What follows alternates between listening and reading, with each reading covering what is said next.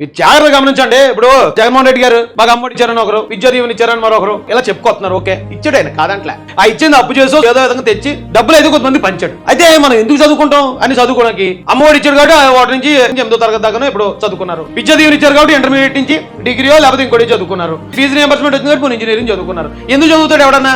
ఉద్యోగం కోసం కదా. అంటే మనకు కష్టం చదువు అంటేనే. ఎందుకంటే ఉదయం లేపుతారు, తెల్లవారుజాము నుంచి చదువుతారు, మళ్ళీ కాలేజ్కో స్కూల్కో వెళ్తారు, మళ్ళీ ఇంటికి వస్తారు, మళ్ళీ చదువుతారు, మళ్ళీ కోచింగ్కి వెళ్తారు, అక్కడ చదువుతారు, ట్యూషన్కి వెళ్తారు, ఎక్కడ ఎన్న చదువు ఎందుకు ఇదంతా?